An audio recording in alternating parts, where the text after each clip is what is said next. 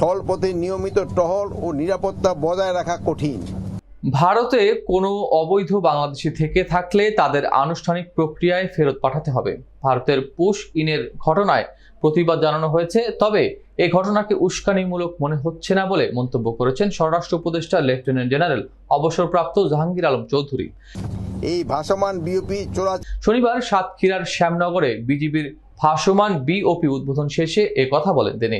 সুন্দরবন সহ বিভিন্ন সীমান্তে ভারতীয় পুশিনের বিষয়ে স্বরাষ্ট্র উপদেষ্টা বলেন, পুশিনের মাধ্যমে আসা ব্যক্তিদের মধ্যে রোহিঙ্গারাও রয়েছে। এছাড়া ইউএনএইচসিআর এর কার্ডধারী ব্যক্তিরাও রয়েছেন।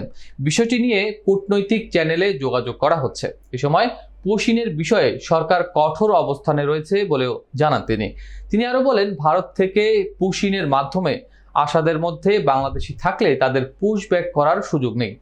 তবে ভারতের নাগরিক ও দেশটির রোহিঙ্গারা থাকলে তাদের আনুষ্ঠানিক প্রক্রিয়ার মাধ্যমে ফেরত পাঠানো হবে। এ সময় সবাই সহযোগিতা করলে ভারত পুশিন করতে পারবে না বলেও মন্তব্য করেন তিনি।